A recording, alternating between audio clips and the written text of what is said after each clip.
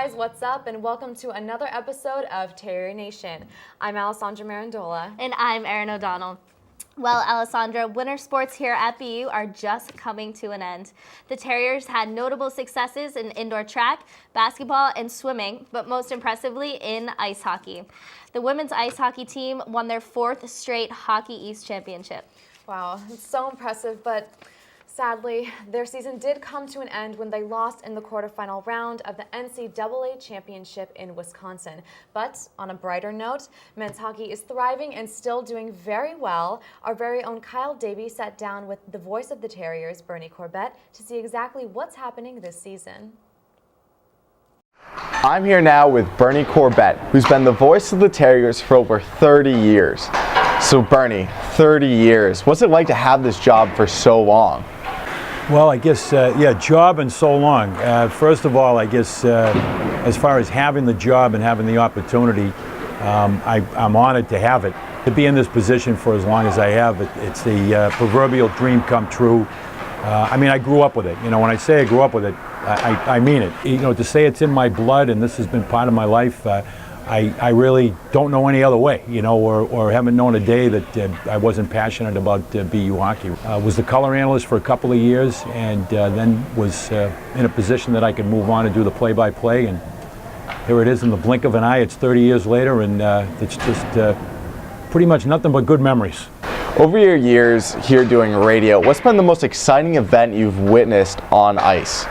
You know, I guess you'd say you always remember your first kiss, your first kid, or whatever. We just honored the '95 national championship team, and that was the first national championship team that I had an opportunity to be the play-by-play voice for.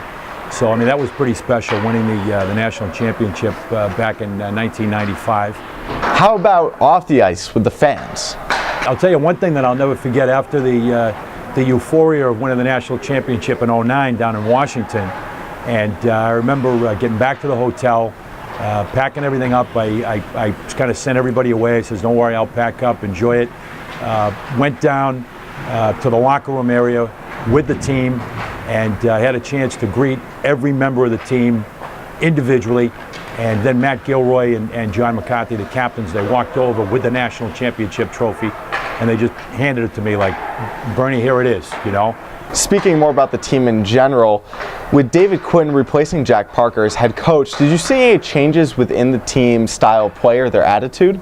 I think that David is very much a disciple of Jack Parker, and I think that he's a very strong part of the coaching tree of Jack Parker. There's nothing that he really hasn't done in hockey, and I think it shows in what he's able to bring to the table as a head coach. He's very much a BU guy, and I think that he's very much a Jack Parker guy. There's a lot more similarity than there are differences. And for me personally, people have asked me, you know, what the difference is from you, and I said, well, it's like going from my second father, who was Jack Parker, to my brother. Now, witnessing the team for so long, how have you seen the team develop over the course of the years? Well, I think that there was a certain defining quality to BU hockey. In terms of development, there was always, I think, a style of play and a commitment. You know, there's been some down years, but for the most part, BU hockey is defined as one of the programs that's one of the marquee programs. As Jack Parker used to say, one of the brand name programs of college hockey. That, you know, fortunate for all of us, hasn't changed. So Bernie, you mentioned the ups and downs that the team has had, with last season being an extreme downer. What's it like to have a team with such a bounce-back season this year? I went out on the line about a year ago with the captain of the '95 team, Jacques Joubert, who's one of my good friends who's out in Chicago, and said that we would win 20 games this year and we would make the NCAA tournament. And I think about the capabilities. I think we forgot about the capabilities of the guys returning, and that we were somewhat snake-bit in a lot of areas. I mean, last year was kind of a Murphy's Law type of year where everything that could go wrong did go wrong for us. I really believed in this team, and I believed that it could be a dramatic, maybe I'm one of the few people that really believed that it could be a dramatic turnaround. So I've been far from shocked by the success of this team and the success that they still are capable of, I think, from this point on. The sky's the limit. Now, speaking about such a strong regular season BU has had this year, what are your predictions for the Hockey East tournament? Well, I think that they've maximized their position. This team has an excellent chance of winning the Hockey East Championship, which is quite a coup to win this league. Now, what could possibly be BU's downfall this season with the problems that they've had? I think that getting past the slow starts for this team. This team has developed an identity and a personality and a real swagger. And one of the things is they have, I think, a supreme confidence in their resilience and their ability to come back. You get into situations where a slow start in single elimination could really haunt them. Are you going to put yourself in too deep a hole to climb a mountain to be able to come back? As much as everybody can talk about Jack Eichel, and they should, because he's been the real deal and he's delivered and he's been everything we hoped. The four freshmen, which is not a group, and I don't have their first album, but having the four freshman defensemen play as well as they have and develop over the course of the year the way that they have, I think that's been a real defining quality for this team. Thank you so much for sitting down with us, Bernie. We really appreciate it. For Terrier Nation, I'm Kyle Davi. Now back to you guys in the studio. Hey guys, we're back here in the studio with this week's hockey insider, Chris Picher. Chris, thanks for joining us. You just heard Bernie Corbett's take on the Terrier season thus far. It's been a wild ride for the Terriers. What do you have to say? It definitely has been a wild season for BU, a bounce-back season after just having 10 wins last year in Coach David Quinn's first season with the BU Terriers. And this year they boast a very impressive record of 23-7-5. And this weekend, on Friday night, they'll be at the TD Garden against UNH in the Hockey East Tournament semifinals. It's been a very successful year for BU. A lot of their successes have come because of their recruiting class, which was ranked basically the top in the country, highlighted by freshman phenom Jack Eichel, who's getting a lot of attention around BU, but really national attention, as he's projected to be the second pick in the NHL entry draft this summer. He is one of the finalists for the Hobey Baker Award, which is given to the best college hockey player in the country. And he has a reason to be nominated for that award, as he leads the country with 1.8 points per game, which is 0.3 points higher than anyone else in the league. And he has a plus 42 rating, which is really unheard of, especially for a freshman. But it's really not just Eichel. They've got 8 other freshmen that are in their everyday lineup with Eichel. 4 of them are in the lineup of 6 defensemen, and they do a really good job in front of junior goaltender Matt O'Connor. And I think that, it definitely starts with the first line that Eichel centers, with Evan Rodriguez, assistant captain, on his left, and Danny O'Regan, the junior forward, on his right. That line, 3 of those 5 guys are top 5 in points in the country, which is really incredible. And this line has really been why BU was able to win their first Bean Pot since 2009 and win their first Hockey East regular season championship 2009. And that bodes well for the Terriers, because when they did that in 2009, they also won the national championship. So good things ahead for BU. Looking forward to it for sure. What do you think the keys to success for the Terriers will be against UNH this Friday night? Yeah, for me, it's going to be a game where obviously BU is favored, being the top seed, and UNH has had 2 upsets in the tournament so far as the 9th seed.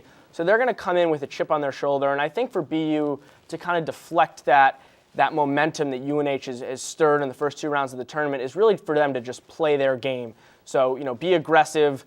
They do really well, and they get an aggressive forecheck going and then have the puck in space. And if they can carry that fast break and the odd man opportunities into the offensive zone, their offense is going to be able to score a ton of goals, averaging just under 4 goals per game, which is tops in the Hockey East. So I think they are the better team. They just need to stay out of the penalty box and stay aggressive. And I think Coach Quinn has them trending in the right direction right now. What teams do you think pose the biggest threat to the top-seeded Terriers in the Hockey East Championship?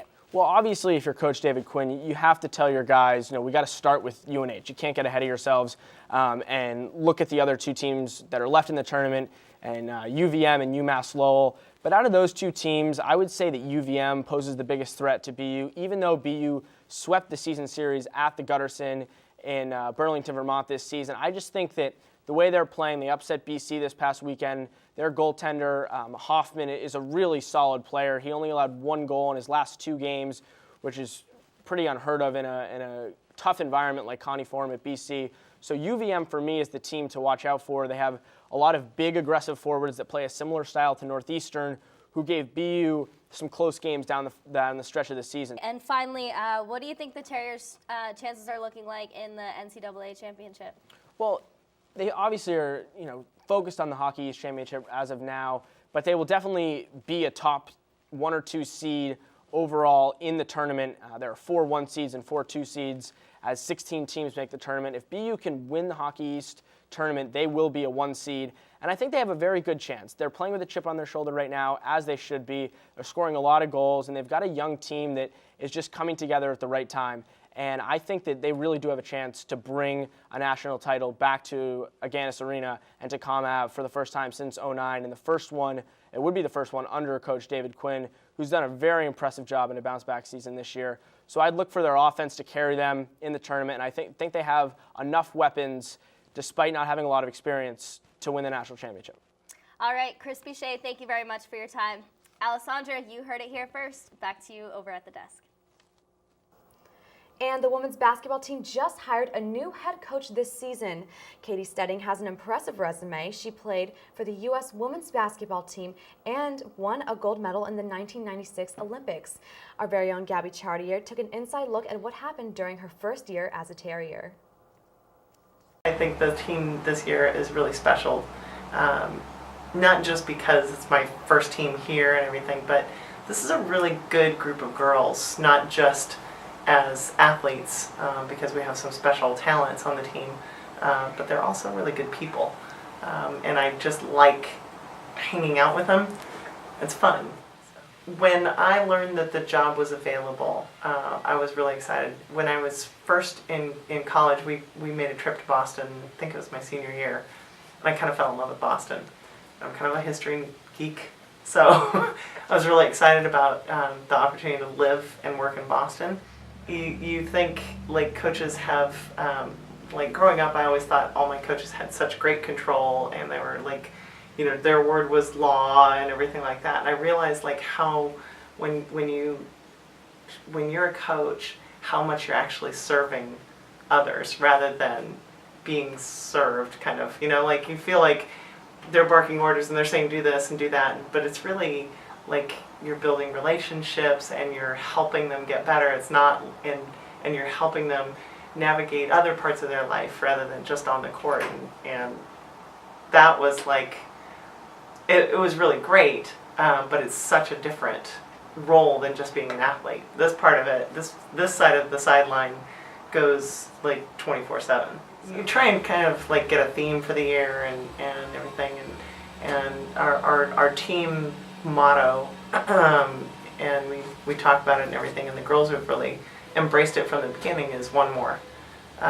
So it's our hashtag and everything like that. When the girls are working out, you know, we wanted to build a culture that we work really hard and we outwork our opponents, we outwork ourselves, so that when you're supposed to do 10 reps on the bench, you do 11. When you're supposed to run 3 sprints, you run 4, type thing. So just going the extra mile, doing all the little things, doing them correctly, doing them well, is kind of our motto for the year. For us, our goal is to be steadily, consistently getting better every game, rather than playing, you know, kind of relaxing, or playing a little bit less hard when you're playing a team that's not, you know, doesn't have the reputation necessarily. Like, we have to come in with the mindset in every game that we're playing the best BU basketball that we can play. As far as immediate plans or my plans for the team is, I want to build a championship team where we consistently win or contend for the Patriot League championship, and, you know, then go to the NC2A tournament every year. Well, Erin, Katy has such an impressive resume, like I was saying before. It'll be so interesting to see how the team progresses with her on it next year. Absolutely, Alessandra. I'm definitely looking forward to catching a few games next season. Same here. Well, unfortunately, that's all the time we have for today. Thanks so much for joining us again here on Terrier Nation. I'm Alessandra Marandola. And I'm Erin O'Donnell. Be sure to check out our Twitter and Instagram pages. We'll see you next time.